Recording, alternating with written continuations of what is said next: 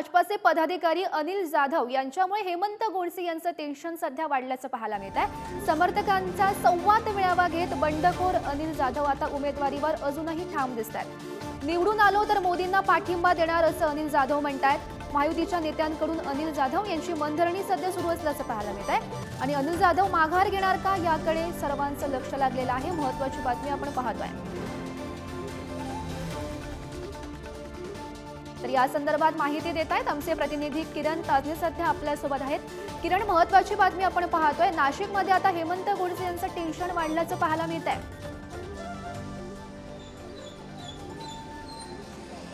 गौरी, खरं म्हणजे हेमंत गोडसे यांचं अधिकच टेन्शन वाढतंय। एका बाजूला निवृत्ती आरंगळे जे राष्ट्रवादी काँग्रेस पक्षाचे उपाध्यक्ष आहेत ते देखील उमेदवारी अर्ज भरत आहेत, मात्र दुसऱ्या बाजूला भाजपचे अनिल जाधव जे आहेत ते उमेदवारीवर ठाम आहे। कालच्या दिवशी त्यांनी समर्थकांचा संवाद मेळावा घेतला होता आणि या मेळाव्यामध्ये बोलत असताना त्यांनी हेमंत गोडसे यांनी 10 वर्षात नेमकं काय केलं यावर बोट ठेवलं आणि जोरदार हल्लाबोल देखील केला।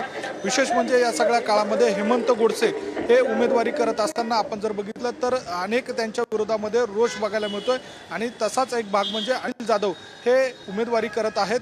उमेदवारीवर ते अद्यापही ठाम आहे। वरिष्ठ पातळीवरनं त्यांची मनधरणी करण्याचा प्रयत्न सुरू असल्याची माहिती मिळते।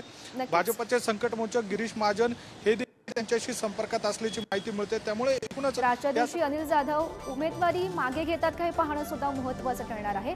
धन्यवाद दिलेल्या या सविस्तर माहितीसाठी किरण।